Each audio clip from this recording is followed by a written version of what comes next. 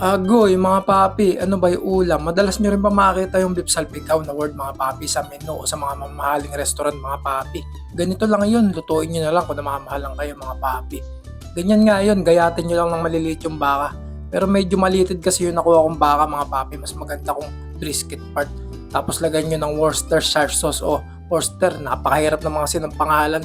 Basta Worcester sauce mga papi. Lagyan nyo ng toyo, tapos lagyan nyo ng oyster sauce, lagyan nyo ng bawang, tapos lagyan nyo ng asukal. Tapos paminta papi. Yung paminta na yung papi, medyo silais lang yun, no? Silais lang yung lagay nyo.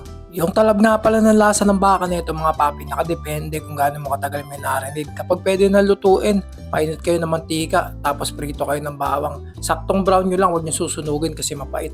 Tapos salang na kayo ng butter. Yung mushroom, optional na lang yan mga papi. Tapos pag natunaw na yung butter, laglag nyo na yung karne mga papi. Tapos lagay nyo na din yung pinagmarinadan niya. Lagay nyo ng tubig from Hagonoy Water District. Medyo nga madami yung nilagay kong tubig mga papi kasi gusto ko malambot na malambot. Kasi nga medyo litid yung nakuha ko. Pero kung brisket mga papi, pwede lang konti yung tubig nyo ilagay mga papi. Tapos ito na natutuyo na. Tuyuin nyo lang yung sabaw mga papi.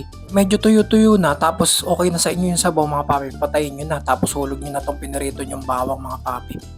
O diba? Ending mga papi. Alam nyo na yung ending mga papi. Kapag luto na yung kanin, pwede mo na akong ulamin. Ay,